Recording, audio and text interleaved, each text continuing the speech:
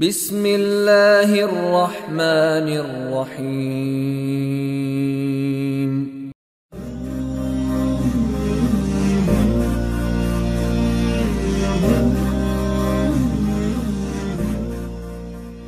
اشکال در این است که خودمون اصلاح نمی کردیم و نکردیم و نخواهیم کرد.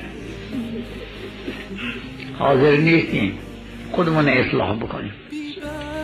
اگر ما خودمون اصلاح می کردیم به این بلاها مبتلا نمی شدیم.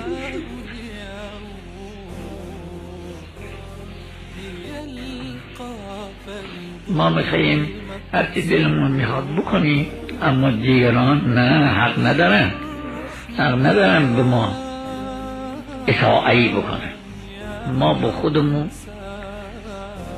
به نزدیکانمون، به دوستانمون هرچی بکنیم، اما دیگران، دشمنان نه، حق ندارن به ما بکنن. بابا ما اگر خودمون درست بکنیم خدا کافی است، خدا هادی است.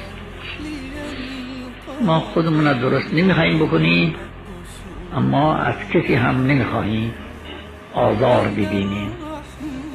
بابا اصلاح میشه.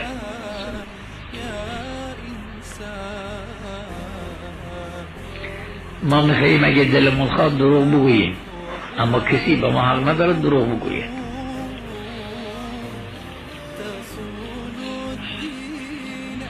ما ایذا بکنیم دوستان خودمون، خوبان را، اما نه، بدها حق ندارن به ما ایذا بکنه. بابا با خدا بساز، کار را درست میکنه.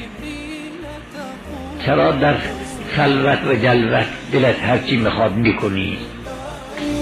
و خیر الله للمحروم